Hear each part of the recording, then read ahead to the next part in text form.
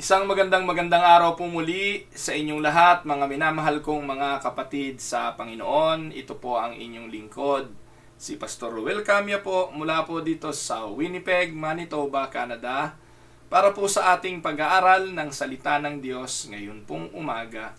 Welcome po sa Tinig ng Pag-asa. Sa araw pong ito, ang ating pag-aaralan ay pinamagatan ko pong Cessationism Explained. Kahapon, ang ating tinalakay ay ang comparison between Calvinism and Arminianism. Dalangin ng puso ko na kahapon ay nakita ninyo at natutunan ninyo kung ano yung tinitindigan ng inyong simbahan. Gaya po ng aking ibinilin, assignment po ninyo, tanungin ninyo yung pastor ninyo, Pastor, mawalang galang po, hindi po ako makikipag-away at ang tanong pong ito ay galing po sa akin pong pagsasaliksik. Gusto ko lang malaman, ano po ba ang tinitindigang doktrina ng ating simbahan? Tayo po ba'y Reform, Calvinist o tayo po ay Arminianist? So, tanungin nyo ang pastor at kung sasagutin niya na hindi tayo Calvinist, hindi rin tayo Arminian, ano po kayo? Yun. So, mahabang paliwanagan po yon. At sana po si pastor ninyo ay makapagbigay ng konkreto na stand ng inyo pong pananampalataya. Kasi, delikado po yun Nandun po kayo sa isang simbahan na hindi nyo naman alam kung ano yung tinitindigan. Or maaari naman na may statement of faith yung simbahan ninyo. Ang problema lang, yung pastor ninyo hindi ito alam. O maaaring hindi niya itinuturo o maaring hindi niya rin ito nauunawaan. Kasi po sa panahon ngayon, ang daling humanap ng pastor Ang mga simbahan ay hired ng mga pastor without any consideration on what the pastor believe.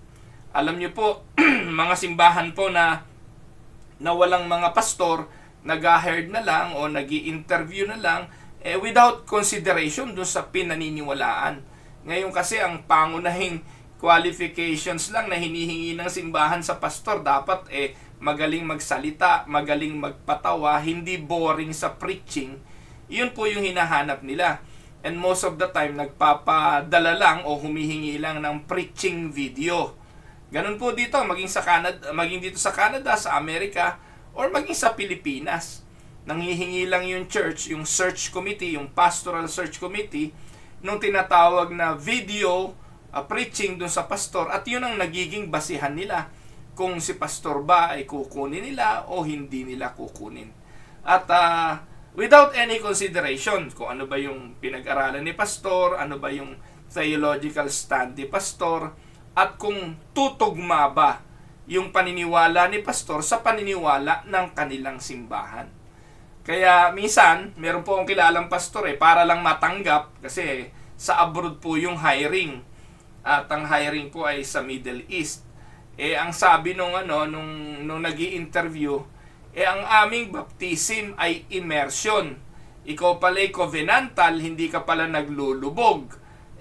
Paano ngayon yan? Kung tatanggapin ka namin, ano ang gagawin mo? Maglulubog ka ba o magwiwisik? Ang sabi po nung pastor na ini-interview, wala pong problema sa akin yan. Kung gusto nyo po lubog, di lubog, ilulubog ko po. So, yun po, nakikipag-compromise na yung pastor doon sa simbahan na kanyang ina-applyan. So, yun po basic lang at mababaw na dahilan, kasi bautismo nga lang po yun kung lubog o wisik.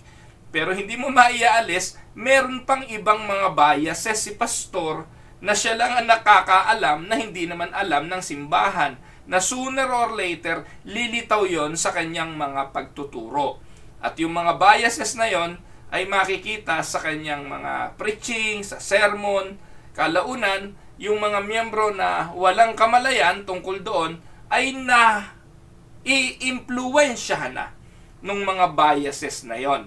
Like for instance, kung ang inyong simbahan ay fundamental independent, tapos kumuha kayo ng pastor na Baptist, ano mangyayari? Di yung church nyo magiging Baptist yon, kasi pastor nyo ay Baptist. Kahit pa sabihin ninyo na sinabi ng pastor na I will follow your constitution and bylaws, yung doctrine na taglay nun, mai-influensyahan yung simbahan ninyo. o kaya naman nakakuha nyo Pentecostal, yung simbahan ninyo magiging Pentecostal kasi yung pastor nyo Pentecostal. At kung ano yung naging pastor nyo, yun ang magiging flow ng mga teaching ng simbahan ninyo. Ganun po yun. Kaya nakasalalay talaga sa alam ng pastor, sa abilidad ng pastor kung ano yung malalaman ng simbahan at magiging abilidad ng simbahan.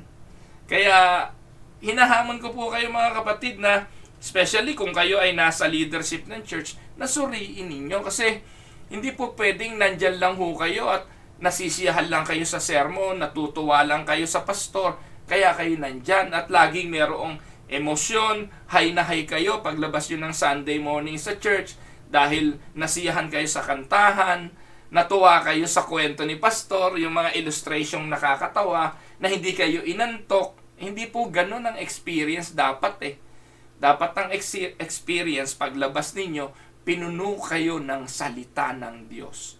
Pinuno ang isipan, ang puso ninyo ng salita ng Diyos.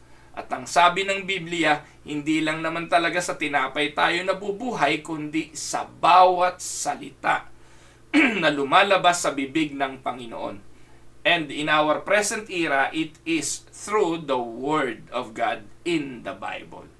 So ngayon, tama na po yung introduction at yung papaliwanag tungkol sa mensahe kahapon. Dadako naman tayo ngayon sa aralin ng cessationism.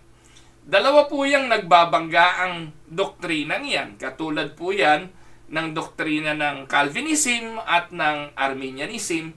Meron pong doctrine of cessationism and continuationism. Isang cease, isang continue. So ano po yung akin tinutukoy dito? Ano ang bagay na nag-cease o tumigil at ano ang bagay na nagko-continue? So yan po ang ating tatalakayin sa umagang ito. Bear with me. So let us first go to the definition. So, cessationism is a doctrine that spiritual gifts, such as speaking in tongues, prophecy, and healing, ceased with the apostolic age. No, every age. No po? So, ibig po sabihin, makikita natin sa turo ng mga cessationist na yung speaking in tongues, yung prophecy, yung mga healing, yan po'y tumigil sa panahon po na yung ng apostolic age. Po, yan po yung stand ng cessationism. Yun namang continuationism is a Christian theological belief that the gifts of the Holy Spirit, such as yung binabanggit dyan, speaking in tongues, prophecy, and miracles or healing, have continued to the present age. So, yan, dalawa ho, nagbabanggaan. Alin ngayon ang tindig ng inyong simbahan dyan?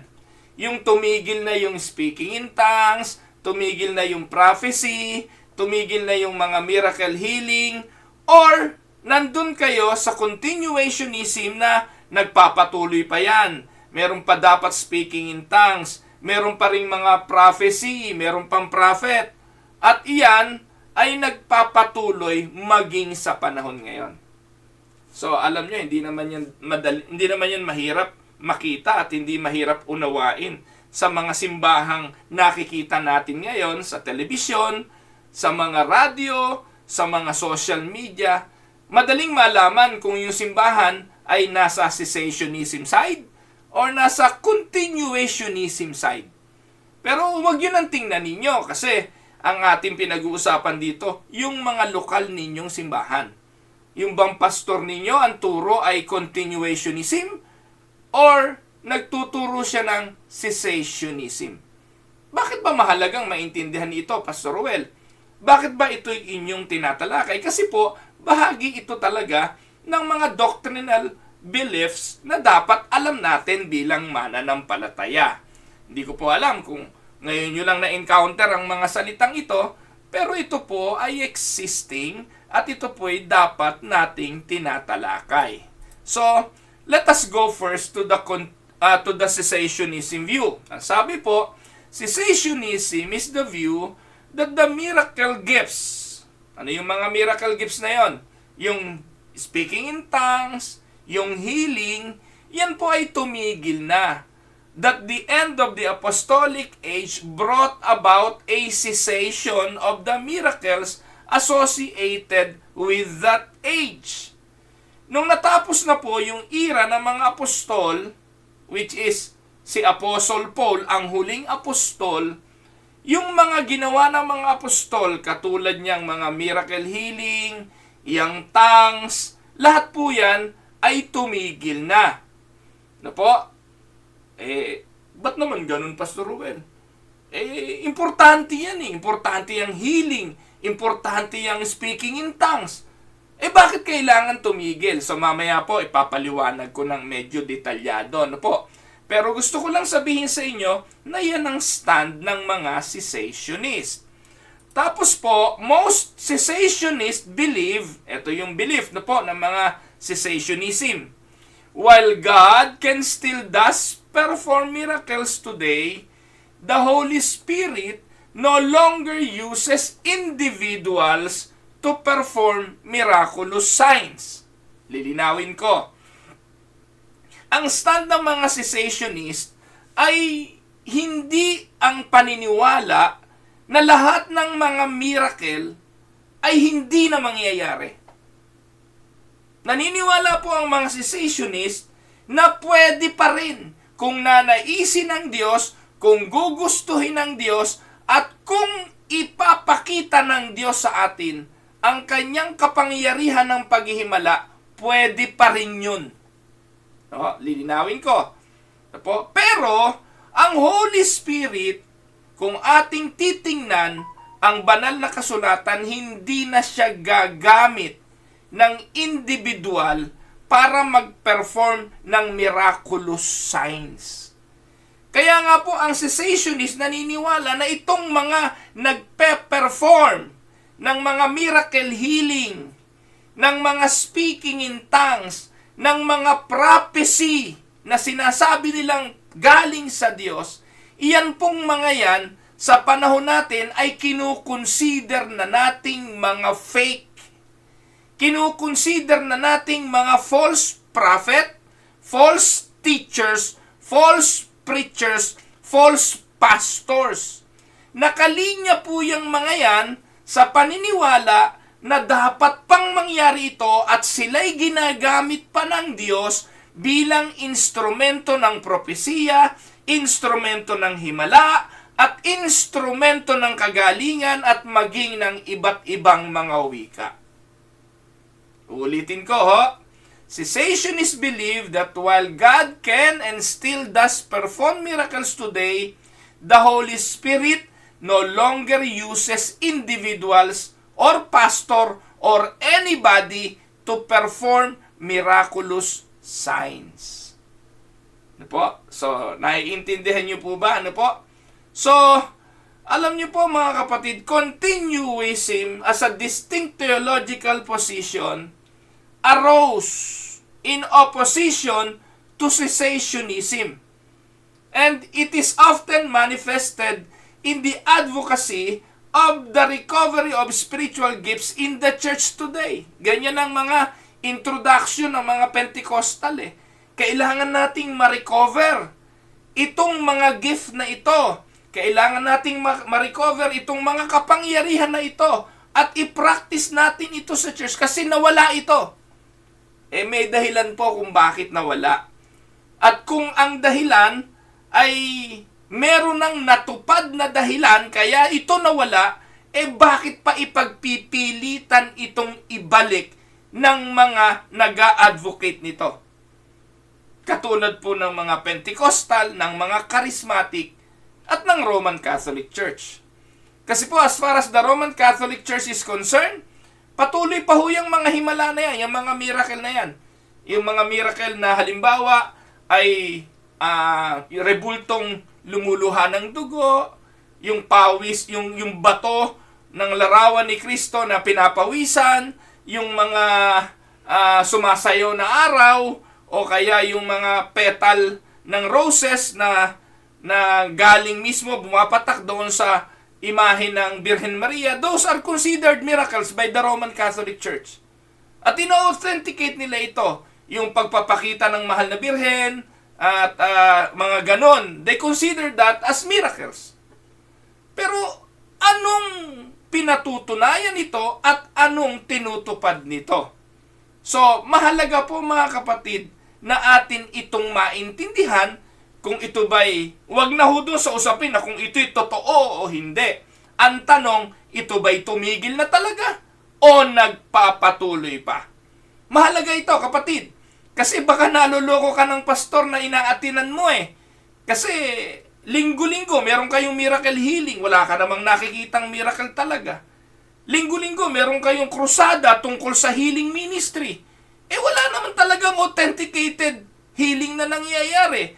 Pinapaasa ang mga tao, pinapaniwala ang mga tao, and most of the time, yung nangyayari na sinasabi nilang healing, hype lang talaga. Yung placebo effect. Alam niyo po ba yung placebo effect? Kung meron mang nakatayo at bahagyang nakalakad dahil sa dating naka-wheelchair, kalauna pagdating ng bahay, bagsak din, lumpo rin, hindi rin makatayo, kaya lang nakatayo dun sa stage, bunga ng placebo effect. Alam niyo po ba yung placebo effect? Ito po yung sudden burst of emotions na nagtutulak sa isang tao na magawa yung dating bagay na hindi niya nagagawa. Ang tawag po doon sa ibang lingwahe, adrenaline rush. Halimbawa, nasunog ang bahay, gusto mo ilabas yung refrigerator, na ilalabas mo eh. Pero pagkatapos na wala na sunog, ibabalik mo, di mo maibalik. Bakit mo nagawa yon? So yun yung sudden burst of emotions, extra, tawag doon, adrenaline rush, ganon. May kapangyarihang ganon ng tao, and most of the so-called miracles that is happening today sa mga platform ng Pentecostal, sa mga miracle healing ng pastor, nagyayakag sa harapan, punta kayo rito, at papatungan ng kamay isa-isa, pagpe-pray ng healing, magtutumbahan. Lahat yon ay for show.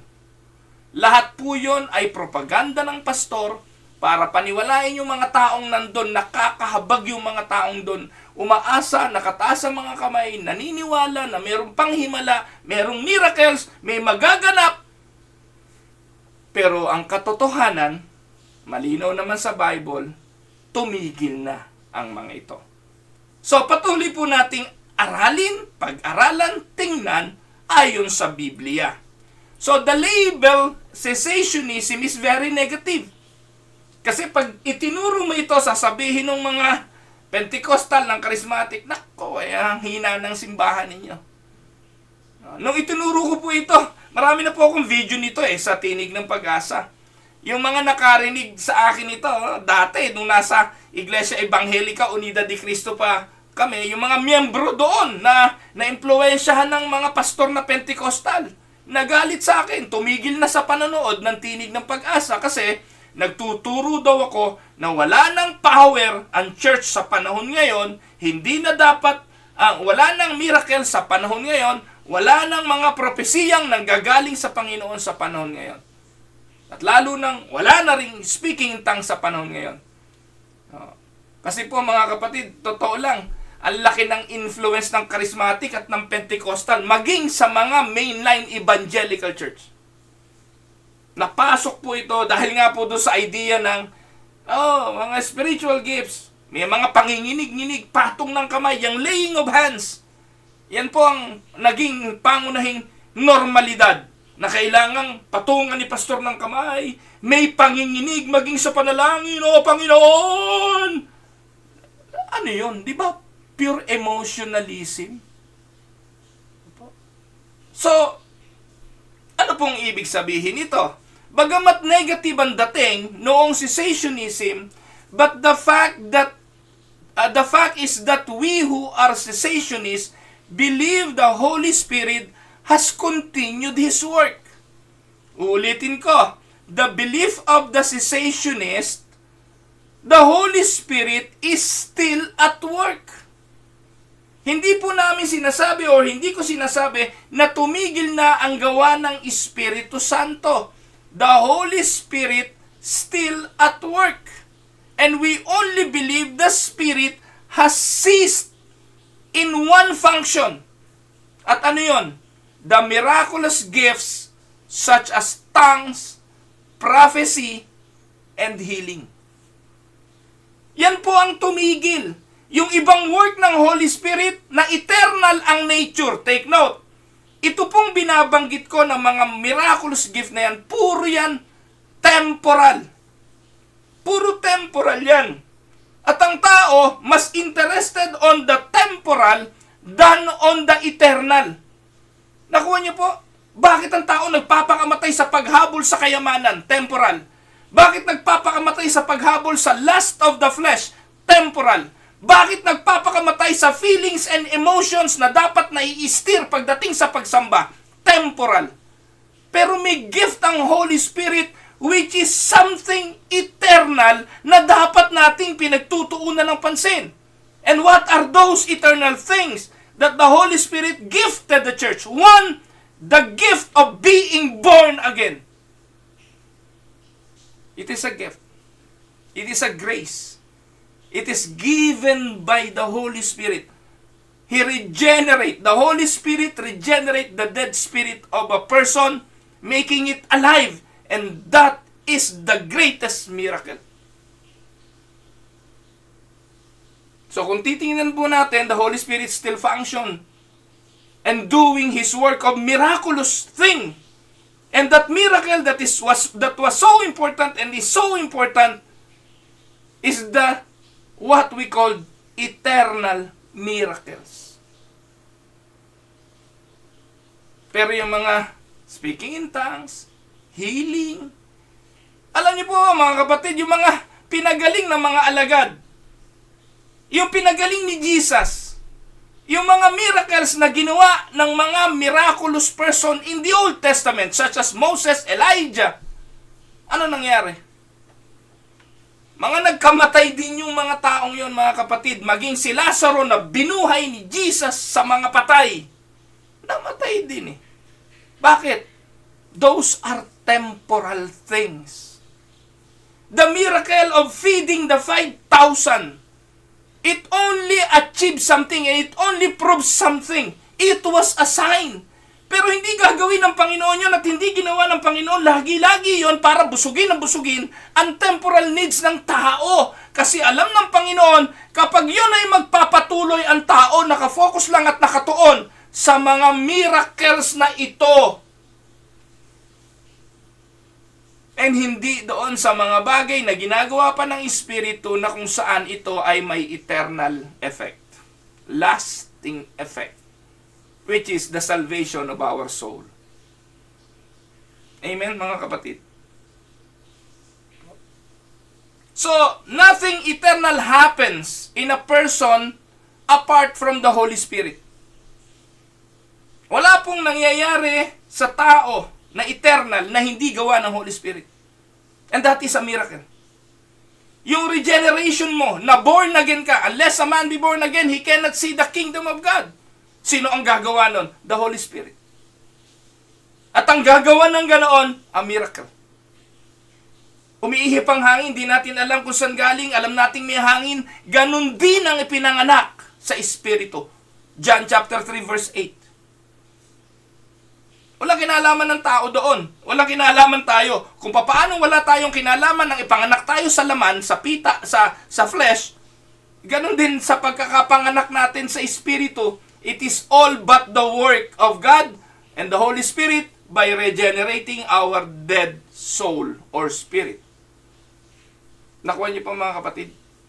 So, sa ganung bagay, ang cessationist ay naniniwala that the Spirit has ceased in the function, in one function, at yung po yung miraculous gifts such as tongues, prophecy, and healing. Pero yung ibang work ng Holy Spirit like yung pagbubunga sa mananampalataya through sanctification, nagbibigay pa rin siya ng fruit. At ang patuloy na pagmumunga ng Kristiyano, work pa rin yun ng Holy Spirit.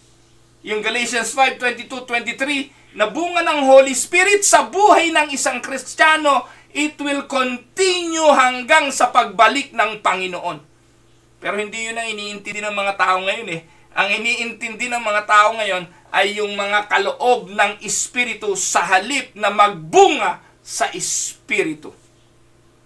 Now, para patuloy itong pag-aralan, let us go to the biblical account. Let us go to the biblical record that shows that the miracles occurred during a particular period for a specific purpose of authenticating a message from God.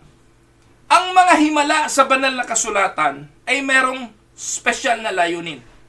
At nangyari po ito sa particular period of time for a specific purpose. And what is the specific purpose?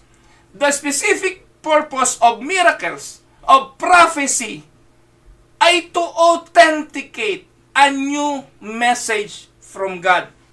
To authenticate a new message from God. Tingnan natin ang biblical record. Unahin natin si Moses.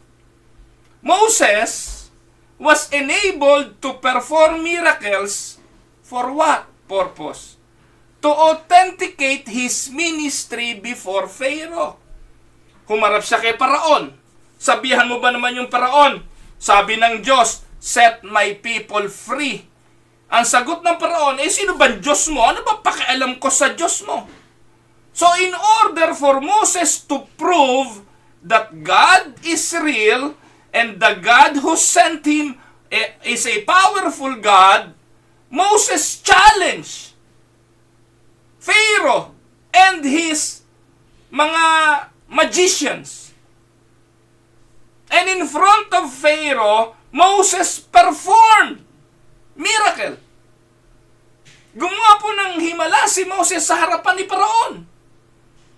And anong purpose nun? Para lang mamangha si Paraon na yung ahas ng kanyang mga magikero, kinain lang ng ahas ni Moses? No, ano pong reason behind that? If you are going to look at Exodus 4:1-8, ang sabi diyan, Moses answered, "What if they do not believe or listen to me and say, the Lord did not appear to you?" Then the Lord said to him, "What is that in your hand?" "A staff," he replied. The Lord said, "Throw it on the ground."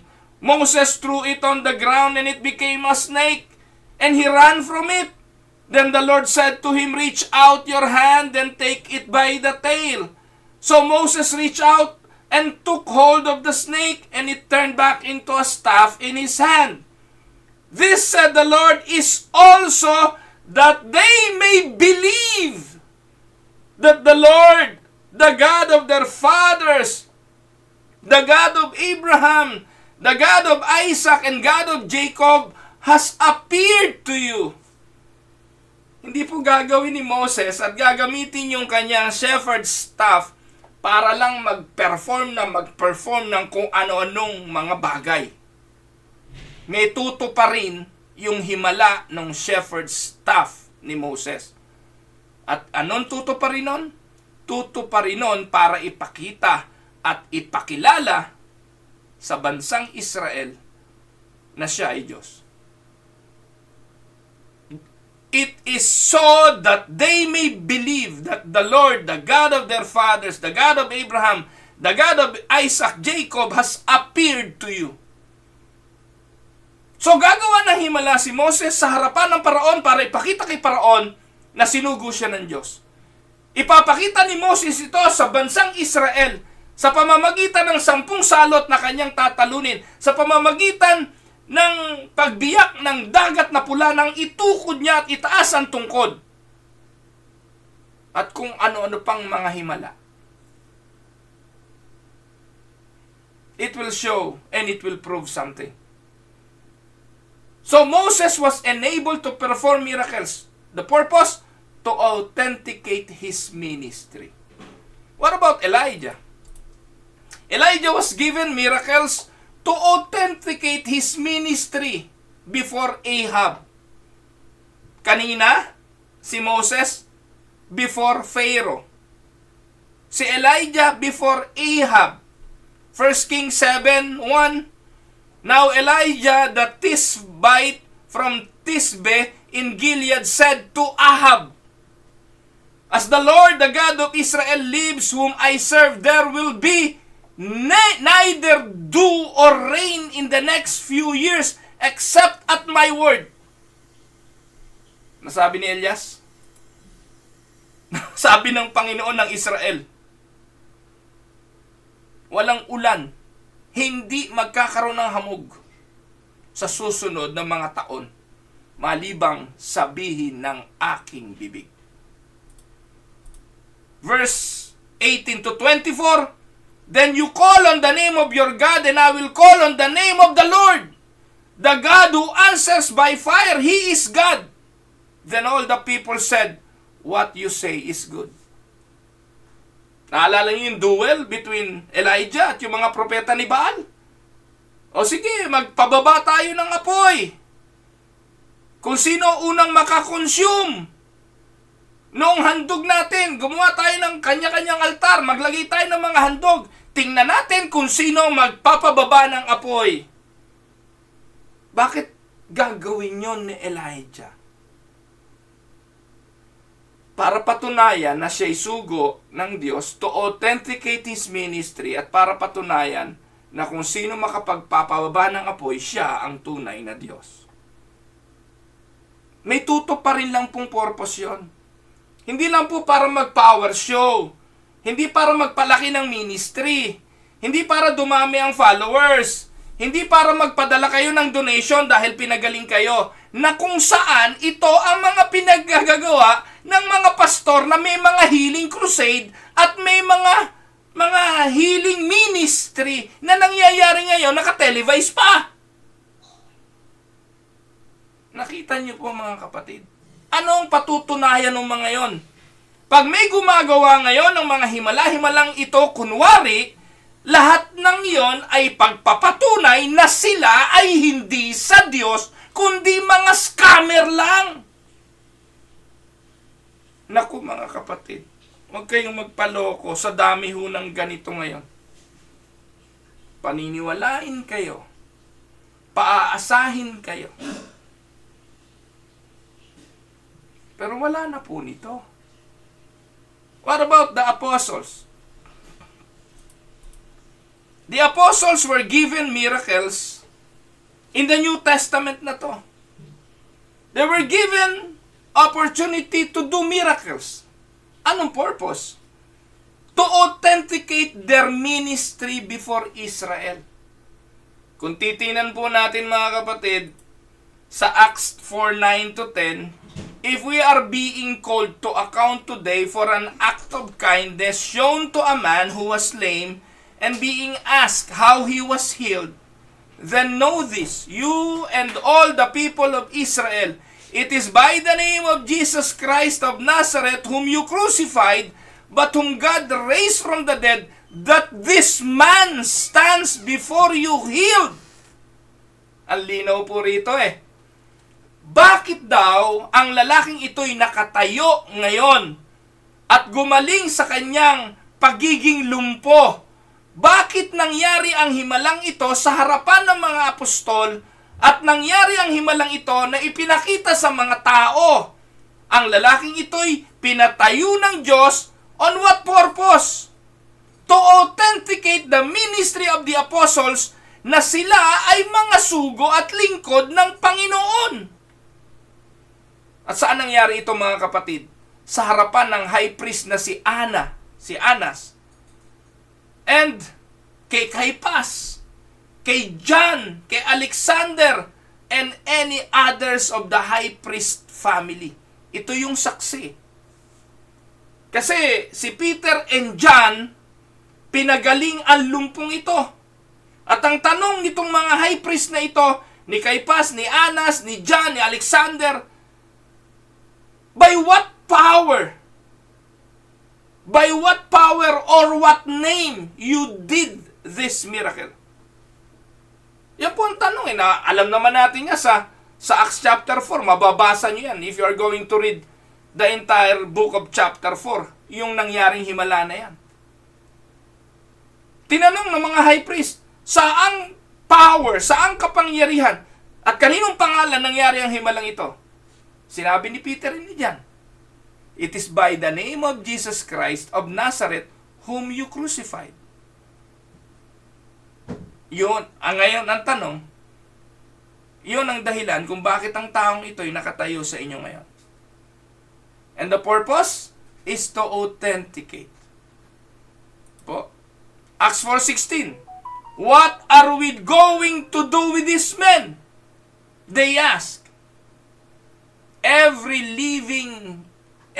living in Jerusalem knows they have performed a notable sign, and we cannot deny it. Sa verse 16, makikita niyo po na yung lalaking ito na lumpo ay gumaling.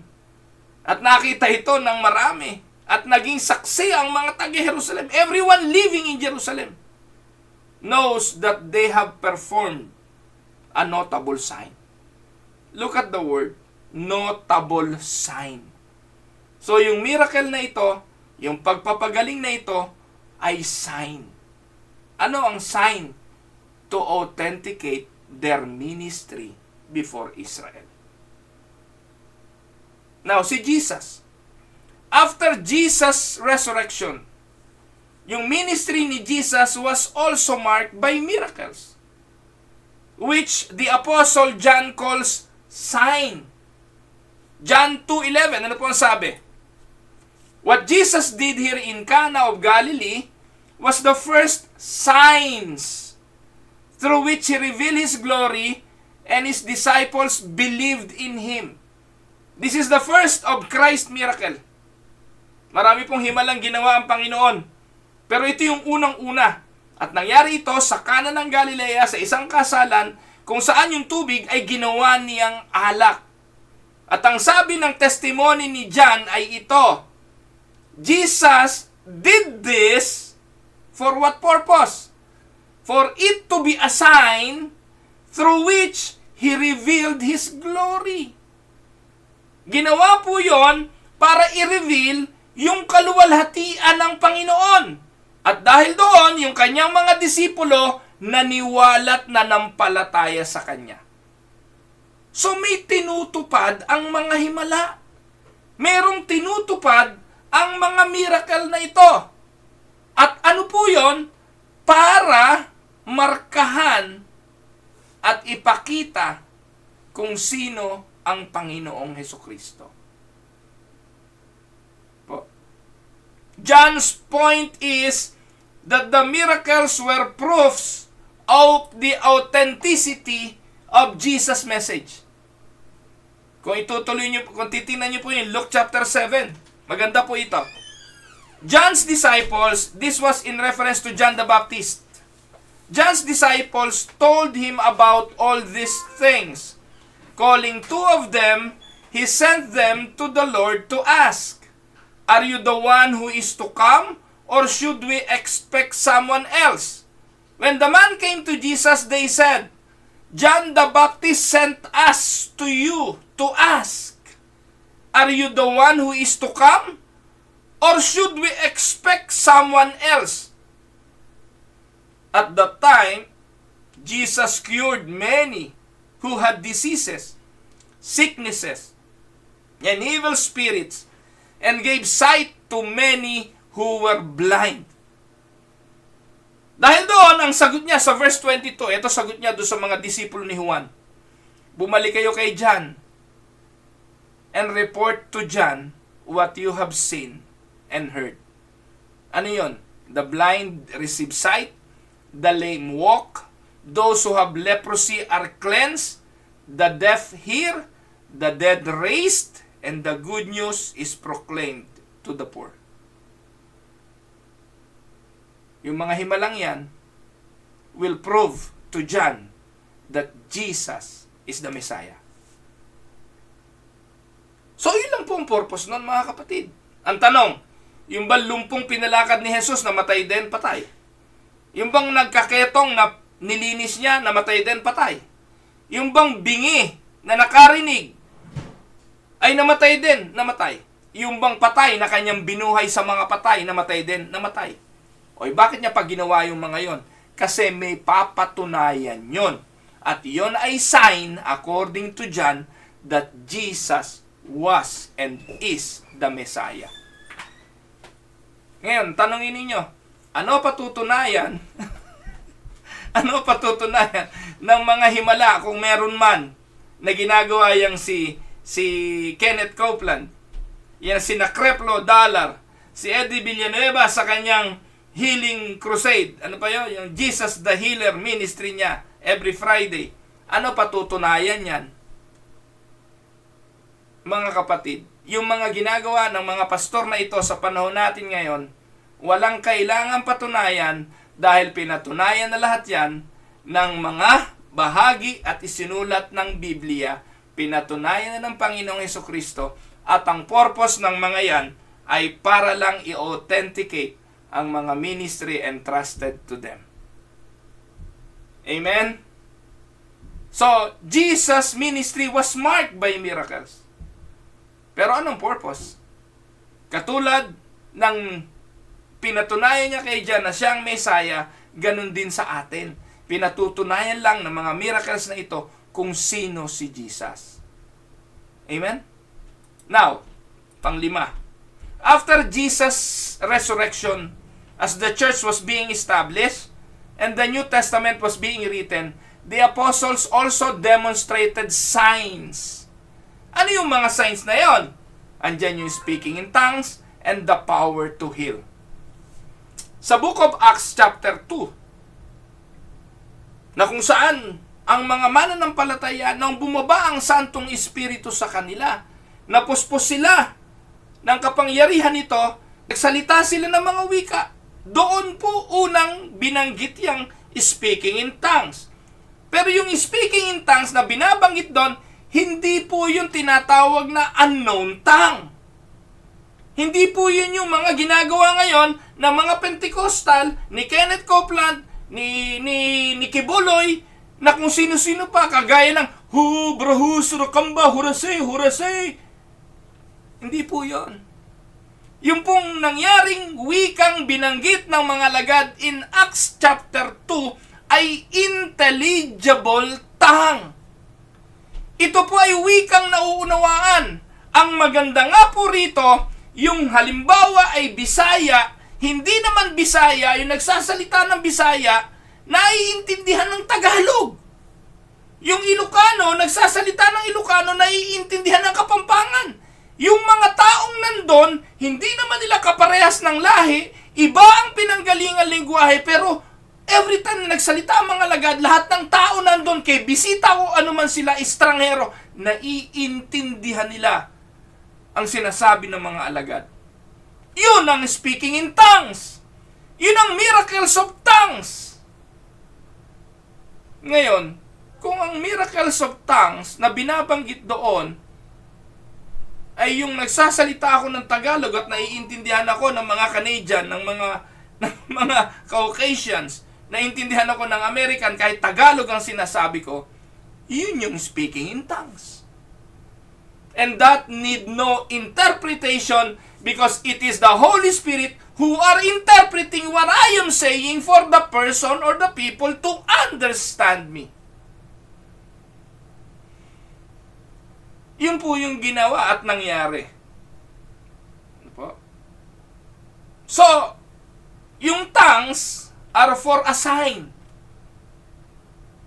And not to them that believe, but to them that believe it not. Yan ang sinasabi ng unang Korinto 14:22. Yung wika ay palatandaan para saan? Sa mga hindi, not for the believers. Yung speaking in tongues ay hindi para sa mananampalataya. Hindi po siya palatandaan para sa mananampalataya. Wala itong pakinabang para sa mananampalataya. Akong nagsasalita ng wika, wala naman akong pakinabang doon. Ang nakikinabang pag nagsasalita ako ng wika ay yung taong hindi mananampalataya nakarinig sa akin sinasabi dahil maiintindihan niya yon. Lino-lino naman sinasabi ni Pablo Tongues then are sign not for believers but for unbelievers. Prophecy, however, is not for unbelievers, but for believers. Yung pangangaral, yung propesiya, hindi naman yan para sa mga non-believers, para naman yon sa mananampalataya. Now, anong ibig sabihin nito? Tongues were thus primarily assigned to unbelieving Jews, meant to capture their attention. And like other miracles, tongues could convince the unbelieving world that the new Christian religion established by Jesus in the book of Acts was truly from God. Kaya nung nagsalita yung mga taong ito, manghang-mangha yung mga taong nandun. Sinasalita nila yung salita ko. Hindi naman sila yung mga Hebreo. Pero paano naiintindihan ko sila? Paano nilang nasasalita yung lingwahe ko? So yun po yung speaking in tongues. Hindi yung mga horase, burake, kung ano, balahu, salakamba. Hindi yun. Imbento lang yan. Imbento lang yan ng mga masyadong emosyonal. Ginaya lang yan sa mga Hindu belief. Panoorin niyo po yung mga Hindus. Paano sila sumamba? May mga trance, yung nangingisay, nanginginig, nawawala sa mga sarili, hiyaw ng mga katagang hindi naiintindihan. Hindi Christian yan. Yung mga sinasabi niyong speaking in tongues ngayon, kinopya lang yan ang mga Pentecostal na yan sa mga Hindus at kultong relihiyon.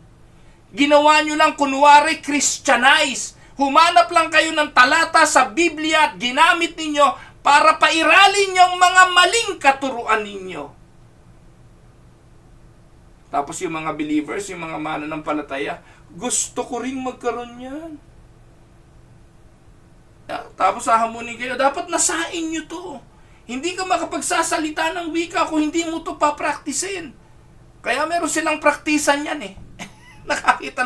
Nakaatin na ba kayo ng praktisan ng pagsasalita ng speaking in tongues? Kaya ikaw na nainganyo, na bola ng mga pastor na yan, nako balikan mo kung kailan ka unang nakapagsalita niyang wikang yan.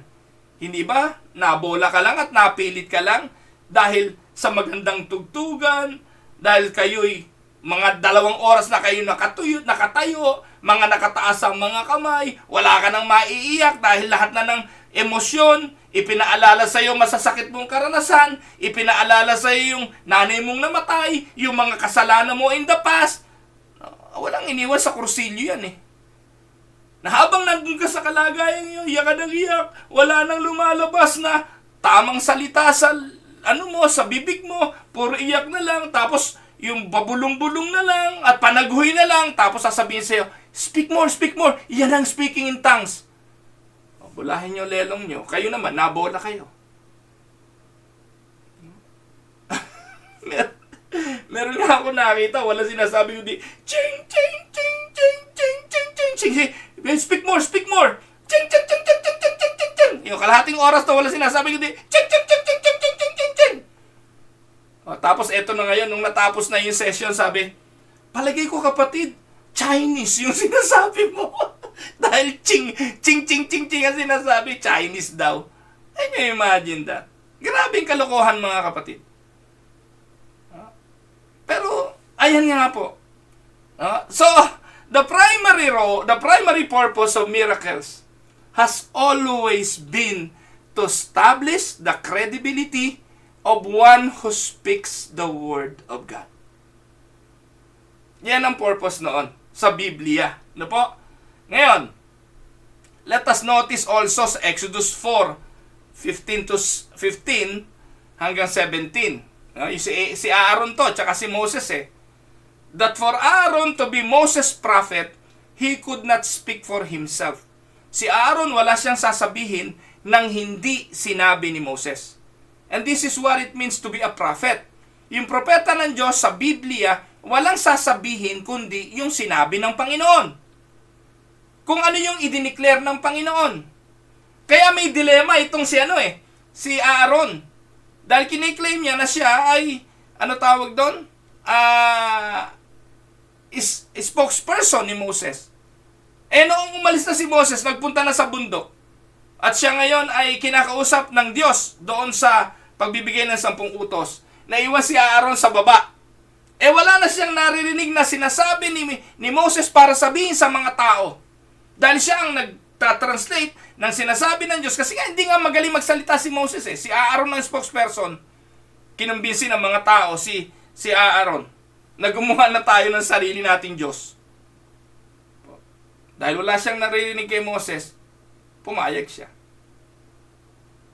So mga kapatid, cessationism does not mean that God no longer does anything miraculous. Uulitin ko, bilang pastor, marami akong nakitang himala. Every time na meron pong magsusuko ng buhay sa Diyos, kikilalanin si Jesus bilang tagapagligtas, mako-convert ang buhay mula sa pagiging bakla, tinigilan ng pagiging bakla, mula sa pagiging drug addict ay hindi na drug addict, at mula sa mga bagay na nasa kadiliman napunta sa liwanag. Those are miracles that I consider, which is the work of the Holy Spirit with lasting effect, with eternal effect. So, every time a spiritual dead person comes to faith, that is a miracle work of grace. Amen? So, hindi po ako naniniwala na totally, yung mga himalang yan ay tumigil na. Kasi yan ay himala, gawa ng Espiritu Santo, nagpapatuloy yan. Continually, the Holy Spirit is calling with this effectual call, the elect. Every time a person is healed solely in answer to the prayers of God's people, totally in contradiction to the medical science predictions, we call that divine miracle. If God chose, He could allow someone to speak today in a language that didn't previously know.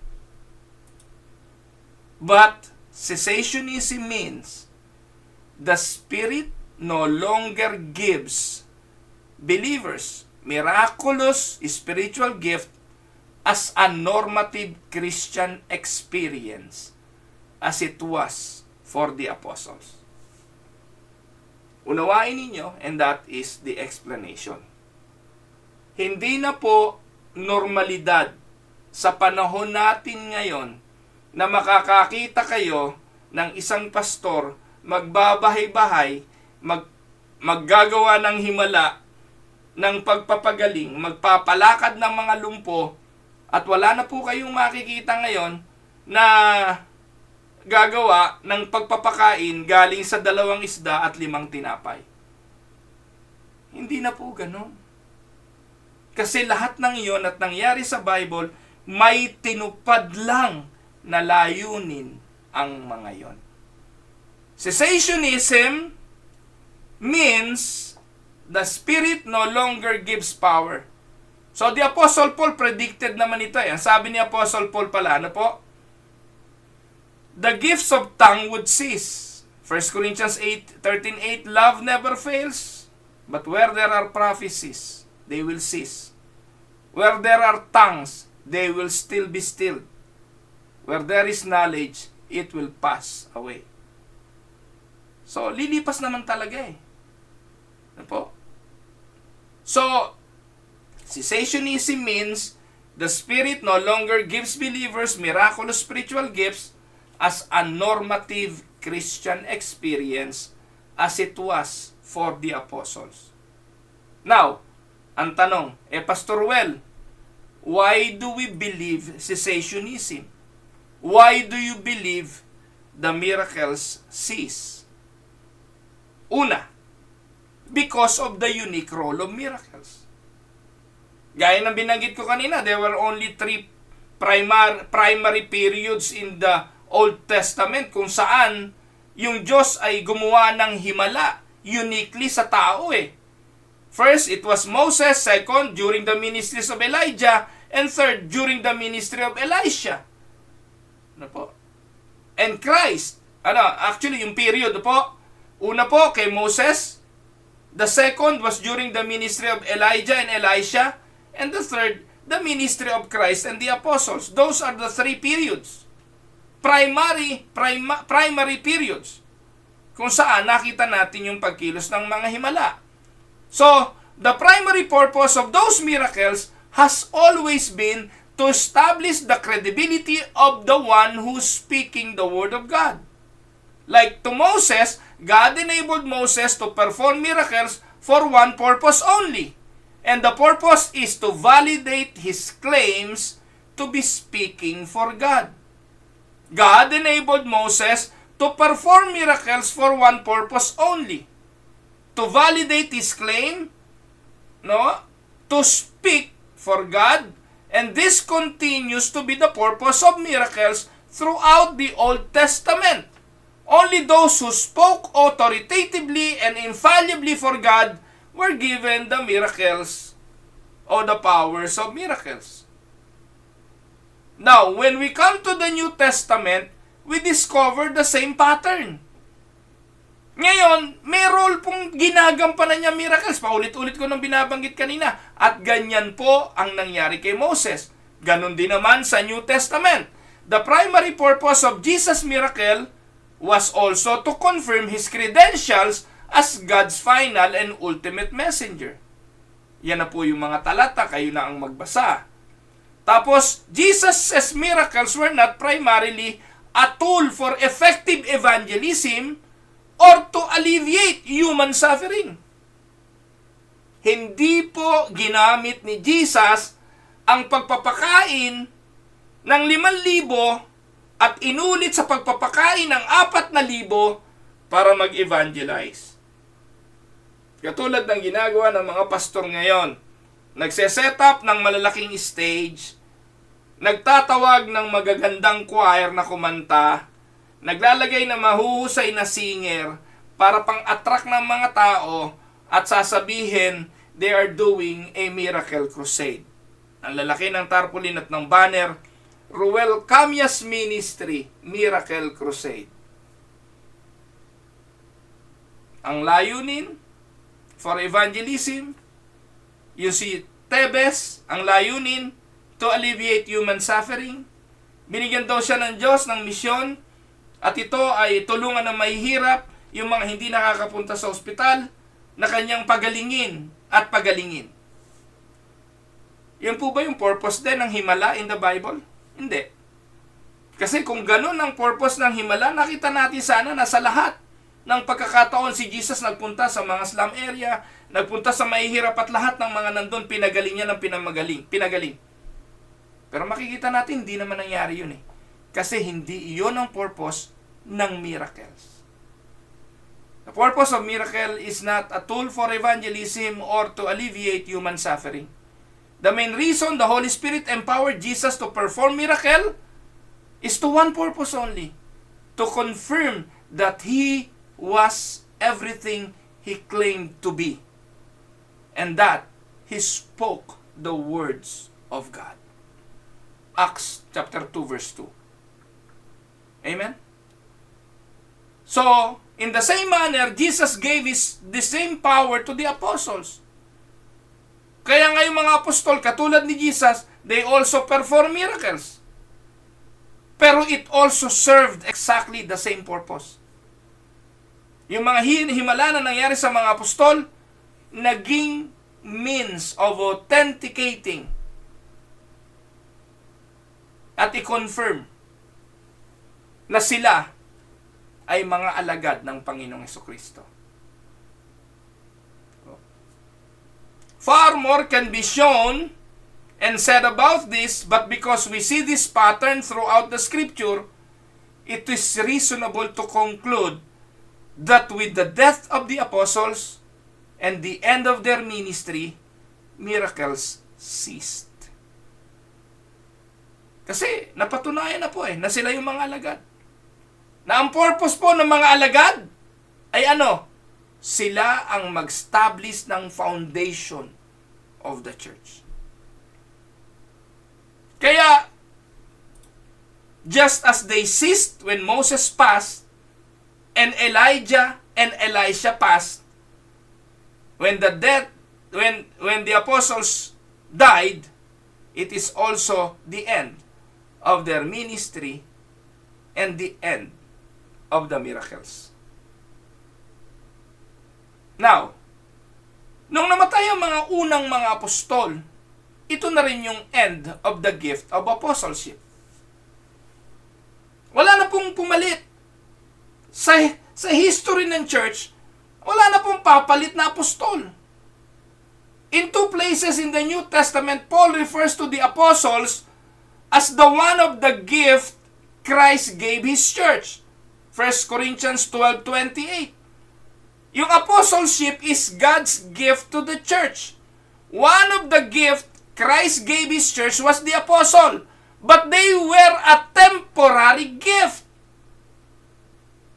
Most agree that there are no more like the original apostles. Kaya merong mga nagke-claim ngayon na sila ang mga apostol daw. Si Ferriol, siya raw ang apostol, yung Church of Christ, yung Maranatha. Si Ferriol.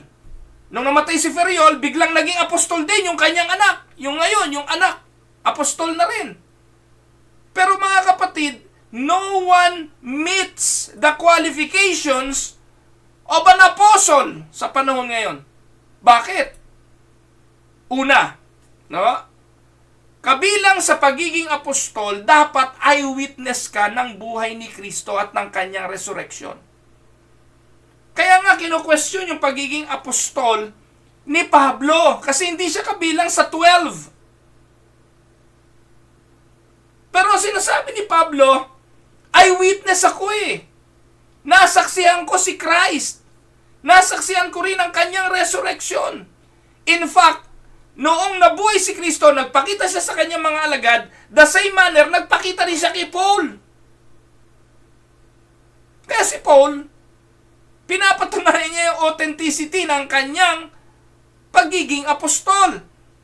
At dahil doon, nag-perform din ng himala si Pablo. Pero sa panahon ngayon, meron bang naka-reach ng qualifications na yan? Pangalawa, you also had to be personally appointed by Christ. And Paul was appointed by Christ to be a missionary and a preacher to the Gentile nation. May layunin po yun. Yung kanyang pagiging apostol. No? Katulad din naman ang pagkaka-appoint doon sa 12. Kaya ngayon, may apostol pa ba ngayon?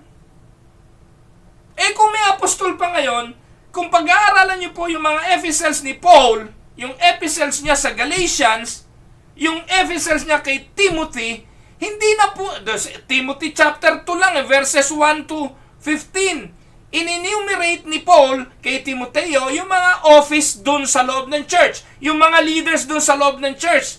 Sa Epeso, binanggit niya na ang leader ng church sa panahon ni Timoteo ay pastors, elders, bishops. Pare-parehas naman nyo, synonymous na nyo, episkopos, obispos, no? Presbyteros, pastor. Synonymous yung mga title na yon. Pagkatapos sinama po ni Paul kay Timoteo na kasama ng leadership ng mga pastors, ng episkopos, ng presbyteros, yung mga deacons. They are all servants in the church. Nasaan ngayon ang apostles doon? Wala na hong apostol. Kaya yung mga nagpapakilalang apostol ngayon, ja-fake na ja-fake po yun. It ceased. Ano po? So, they should be able to work miracles. Yan ang pangatlong palatandaan. So, according to this 3 qualification, there is no one alive today who is an apostle in the sense that the original 12 were.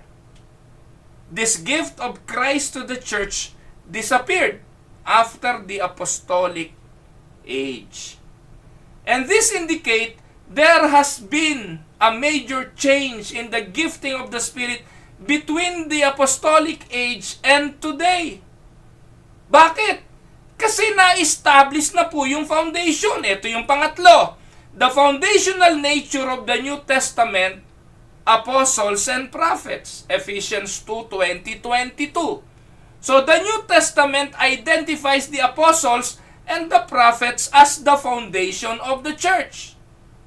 So sabi diyan, built on the foundation of the apostles and prophets, with Christ Jesus himself as the chief cornerstone. In him the whole building is joined together and rises to become a holy temple in the Lord. And in him you too are being built together to become a dwelling in which God lives by his Spirit. In the context, it is clear that the Apostle Paul is referring not to the Old Testament prophets, but to New Testament prophets. Once the apostles and prophets finished their role in the laying of the foundation of the church, the gifts were completed. Bakit kakailanganin pa yung mga yan? Na-establish na nga eh. Kaya hindi tayo naniniwala dun sa belief ng Roman Catholic ng apostolic succession. Na yung Pope ay succession ng mga apostol pa. No, actually, mas malupit nga sa Roman Catholic hindi nga succession ng mga apostol yung Pope eh. Vicar of Christ nga yun eh. Succession ni Christ. Kaya yung Pope has the power to forgive sins. Di ba? So, yung foundational nature of the New Testament apostles and prophets, kaya tayo naniniwala na yung gift, yung cessationism because of this. Tumigil na po yun. Now, what about the nature of the New Testament miraculous gifts? If the Spirit was still moving, as He was in the first century, then you would expect that the gifts would be of the same type. Kung merong succession, at kung totoo na yung mga miracle na nangyari in the first century ay pwede pang mangyari ngayon, dapat parehas. Nakuha niyo po? Consider the speaking of tongues. Tingnan lang natin, aralin natin. Kung talagang hindi nawala, di dapat kung ano yung speaking in tongues, in the first century, dapat ganun din yung speaking in tongues na ginagawa ng mga Pentecostal ngayon. But let us consider it. Sa Pentecost, the language spoken were already existing. It is an understandable language or intelligible tongue. Naiintindihan. Yun nga hindi Bisaya, naiintindihan niya yung salita ng Tagalog. Yung hindi Bisaya, naiintindihan yung salita ng Bisaya. Just like what I used as an illustration a while ago. So the New Testament gift was speaking in a known language and dialect, not an ecstatic language like you see people speaking in today. Hindi hurahu, burase, kurase, hulakamba. Hindi ganon. Kagaganito ko, natutunan ko na tuloy yung speaking in tongues ng mga Pentecostal. Hurase, hurase, burase, hurakamba, sarakumba. Diba? Nakakabisado ko na tuloy. Pag ginawa ko po sa isang prayer meeting ng Pentecostal, di bilib sila lahat sa akin, nakakapagsalita ako ng wika. Niloloko ko lang naman sila. Katulad din ng maraming mga pastor sa kanilang mga miyembro sa panahon ngayon. New Testament prophecy is direct, infallible revelation. Ngayon, sino pa ho ngayon na nakakausap ang Diyos, nakakausap si Christ ng diretsuhan for them to say that their words is a prophecy?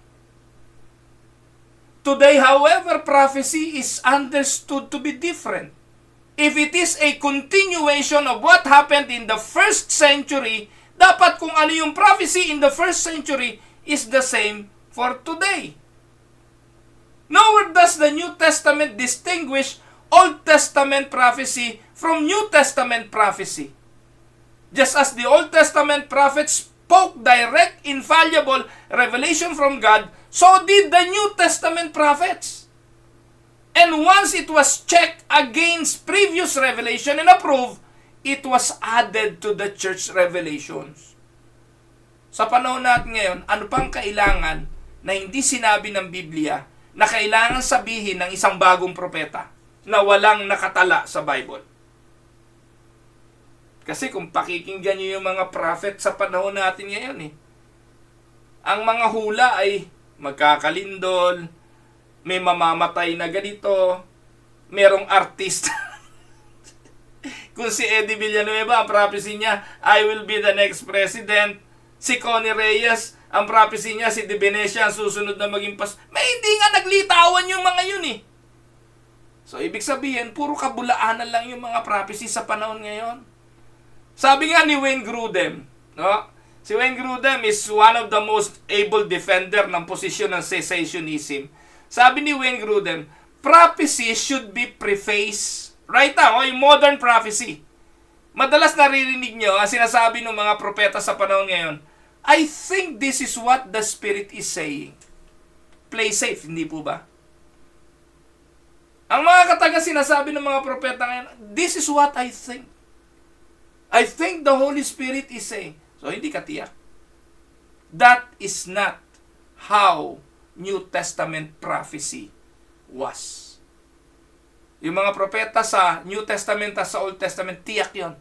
Thus saith the Lord. This is what the Lord says. And if the Lord say it, it will surely come to pass. Yun ang sukatan ng pagiging totoong propeta. Kaya yung mga propeta ngayon, puro bulaang propeta ho yan. Kasi po, tumigil na nga po yan. Makikita po natin, there is a great disparity between New Testament and the modern day prophecy and the modern day healings as well. Nung araw mga kapatid, yung mga ginawa ng himala ng Panginoon, pinatayo, pinatapon yung tungkod. No? Etong maganda yung pinagaling ng may ketong. Anong sabi ng Panginoon? Pumunta ka sa priest. Go to the priest. Show yourself to the priest. Bakit? Ang mag-o-authenticate na himalayon ay yung priest. Dahil ang priest ang nagsasabi, ketong yan, simula sa araw na to, di ka na pwedeng bumalik sa bahay mo, di ka na pwedeng bumalik sa community, itataboy ka na, you will be an outcast. Para makabalik ka sa pamilya mo, tanging priest lang uli magsasabi by investigating and by proving kung meron ka pang bakas ng ketong. Kaya ang sabi ng Panginoon doon sa pinagaling na may ketong, punta ka sa priest at sasabihin niya kung magaling ka na o hindi. In the same manner, anong kaibahan nun sa mga healing ministry ngayon? Yung mga healing ministry ngayon, hindi pinapapunta sa doktor. Bakit? Kasi pag pumunta sa doktor, sasabihin ng doktor, nabola ka lang. Kasi ang mag-authenticate, kung ikaw ay totoong pinagaling, ay ang doktor. Yung mga sa krusada, ni na Morris Cirulo, ni na Kenneth Copeland, ni Eddie Villanueva, ni Renato Carrillo, pagkatapos po niya, magaling ka na, i-claim mo magaling ka na, o ano nararamdaman mo ngayon? Parang okay na nga ako. Parang mas malakas na ako ngayon. Tapos i-claim na yon. Palakpakan natin ang Panginoon. Healed ang kapatid na ito. Pinagaling na siya ni Jesus. Pare-pareho lang po yun. Pero anong dapat? Pumunta ka sa doktor. Pa-check up ka. Kung hindi ka na diabetic, bumalik ka dito at mag-testimony ka. Para patunayan ng doktor na totoo ang healing. Panlima, tingnan natin ang testimony of the church history. Bakit naniniwala tayo sa cessationism? The practice of apostolic gifts declined even during the lifetimes of the apostles. Maging nung buhay pa ang mga apostol, unti-unti na nag-decline na ang apostolic giftings. Even in the written books of the New Testament, the miraculous gifts are mentioned less as the date of their writing gets later. At kung titingnan po natin, after the New Testament era, we see the miraculous gift ceased. John Chrysostom, si Augustine speak of their ceasing. Mga church fathers po yan. Si Martin Luther, si John Calvin, si Jonathan Edwards, si Charles Spurgeon, si B.B. Warfield, all agree that the gifts ended after the first century and had been given only to confirm the message when it is first appeared. Po. Pang-anim, yung kasapatan na ng banal na kasulatan. The Spirit speaks only in and through the inspired Word of God. He doesn't call and direct His people through subjective message ng mga modern day pastors na may mga extra revelations na hindi naman nakasulat sa Bible. Tandaan po ninyo, miracles were for the purpose of confirming the Word. Once God's Word was confirmed, the miracles ceased. Na nakumpleto ang salita ng Diyos, nakumpleto ang mga aral ng mga alagad. Naniniwala po tayo, pag wala sa Bible, wala sa Bible. It did not need to be continually confirmed. The miracles were like the scaffolding used to build a high-rise building. While the building is going up, there is a necessity for the scaffolds. Pero pag tapos na ang building, tatanggalin na ang scaffolding. And since the New Testament is complete, the miracles like the scaffolding need to be removed. Para ang makita na ngayon ay hindi yung scaffolding, kundi yung finished work. Simpleng ilustrasyon. And to assert that miracles are still taking place today is tantamount to denial of the sufficiency of the Word of God. Ano pa ang kulang sa Bible para maniwala ka kay Christ? Ano pa ang kulang sa Bible para sa iyong sanctification? Ano pa ang kulang sa Bible para maunawaan mo na you are justified? Ano po? Na you are regenerated. Na ikaw ay pupunta sa langit, na bubuhayin ka ng pagkatapos na namatay. Ano pang kailangan mo, kapatid? Ano pang ipuprove ng mga himala na yan? It implies that God is still revealing His will to man in means other than through the written Word of God. Kaya minsan pupunta pa kayo sa mga manghuhula.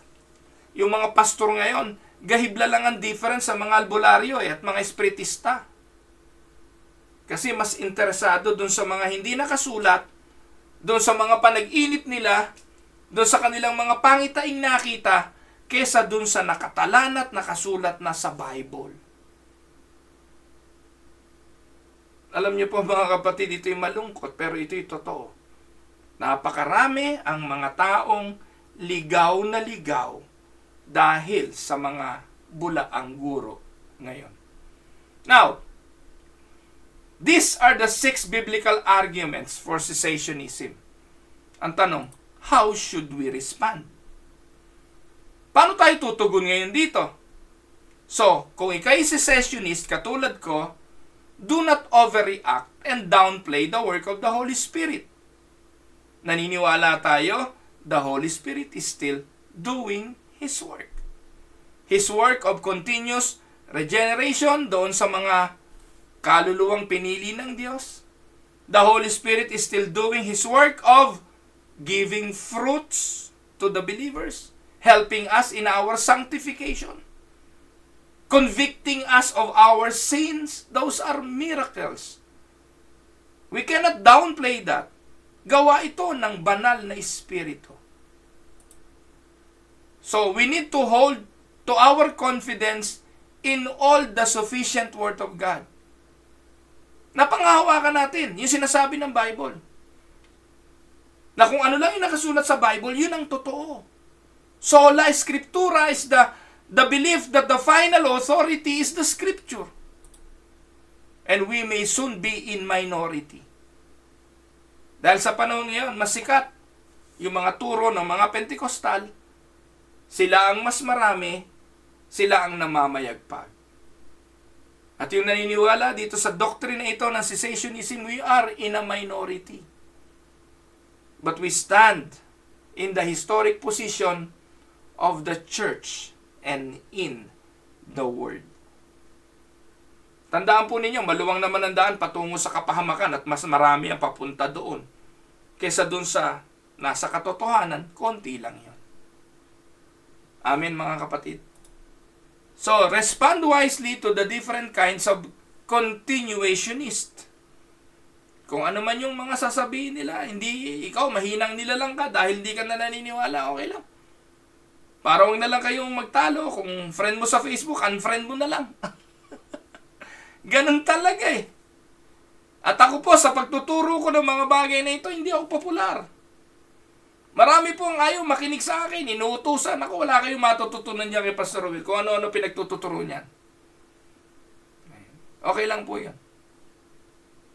Pero para dun sa mga naniniwala sa katotohanan, stick lang kayo rito and you will go places as far as your faith in Christ is concerned. To the charismatic who have bought into the prosperity gospel, confront them. We need to say that they are false, that they are wrong. But the only thing that can confront them is the Word of God, the biblical gospel. Amen? At sa sarili naman bibig, nahuhuli ang isda. Kamakailan, lumitaw naman si Adlapis, inilabas naman niya sa sarili niyang bibig ang kanyang pagiging kulto. Yung kanyang alagad na si Rolando Garcia, inilabas naman ang kanilang mga bibig kung ano yung kanilang mga posisyon. Nahuhuli naman ang isda sa sarili niyang bibig. So challenge them to test whether they are in the faith, graciously clarify the biblical arguments for why the gifts were given, and let us help them to understand. Who knows? Baka yung himala ng pagpapaunawa ng Espiritu Santo ay ibigay din sa kanila at kanila itong maintindihan. Now, ito pa ang isang magandang punto. If the gift were still available today, there would be no need for missionaries to attend language school. Alam niyo po mga kapatid kung bakit failure ang mga Korean missionary sa mga mission work nila? Kasi may pondo sila eh. They have money to go to the field to send missionaries. Pero alam niyo po ang dahilan kung bakit di sila matagumpay? Meron pong missionarying Koreans na nandito po sa Vancouver, ipinadala dito sa Winnipeg. Nag-attend po ng church namin at humihiling na tulungan ko siya to establish a church. Naging kaibigan ko, 1 taon po kami nagkikita every now and then. Dumalo po kami mag-asawa sa bahay nila at umupa sila ng apartment. Alam niyo po, ang upa nila sa apartment, 1,200. May support siya bilang misyonero. Nakalipas ang 1 taon, never a single convert. Pumunta po sila rito to do a church planting sa mga native people at sa mga Koreans, but never a single convert. Ano po nangyari doon? Kinuha ng kanyang headquarters, pinabalik na uli sa Vancouver. At ngayon, nasa Vancouver na uli siya. Nagte-text kami once in a while, nagkukumustahan, pero failure. Bakit failure? Kasi he doesn't speak the language. Hindi po siya nakaka-English. Kami po, hirap na hirap kaming mag-usap. Kasi po, limitado ang kanyang English. Ngayon, if the gift of tongue is still existing in the church today, hindi kailangang mag-aral ng Korean ng language, magsasalita lang siya at maiintindihan siya ng mga Canadian na English. Kuha niyo mga kapatid. So, missionaries would be able to travel to any country and miraculously speak any language fluently, just as the apostles were able to do in the book of Acts, chapter 2. And as for the gift of healing, we see in the scripture that healing was primarily associated with the ministry of Christ and the apostles. And we see that as the era of the apostles drew close, healing, like tongues, became less frequent. The Apostle Paul, na siyang bumuhay kay Eutychio, na nahulog doon sa second floor nang siya'y nangangaral, that was a miracle. Pero the same Apostle Paul, hindi niya napagaling si Epaphroditus. Hindi niya napagaling si Trophimus. Hindi niya napagaling si Timoteo sa sakit sa sikmura, pinaiinom pa ng tubig na may halong alak para gumaling. O maging ang kanyang sarili na may tinik sa laman. Kuha niyo mga kapatid. Kasi yung mga miracle healing na yan, meron lang yang tinutupad na layunin. Hindi ang layunin yan ay to alleviate human suffering. The reasons for Paul's failures to heal are: 1. The gift was never intended to make every Christian well, but to authenticate apostleship. 2. The authority of the apostles had been sufficiently demonstrated. Sapat na. Na-demonstrate na ang otoridad ng mga apostol. Ano pang kailangang himala para patunayan pa yun? Wala na. So the reasons stated above are reasons cessationists believe that the miracles or miraculous sign gifts have ceased. It is important to remember, though, that cessationists believe God still continue to work through the other gifts of the Spirit. At pwede pang kumilos ang Diyos kung gusto niya. If we are to desire gifts, we should desire to speak forth the Word of God, because the preaching of the Word of God may edify the hearer. Kaya po dito sa Tinig ng Pag-asa, wala po kaming miracle healing dito. Naipatong niyo yung kamay niyo sa cellphone niyo kung saan man kayo nakikinig ngayon, at manampalataya po kayo, no? At magkakaroon tayo ng koneksyon. Ituro niyo daliri niyo sa daliri ko. At kayo ngayon, hilingin niyo sa Diyos kung ano mang kagalingan gusto niyo, gagaling kayo. Wala po nun dito. Magpadala kayo sa akin ng pera sa Tinig ng Pag-asa. Ito ang GCash account. At gagawin nating channel yan. Yung perang pinadala ninyo, gagamitin natin yan para kayo gumaling. Lahat ng yan, mga kapatid, kabulaanan ng mga pastor. Wala na pong ganon.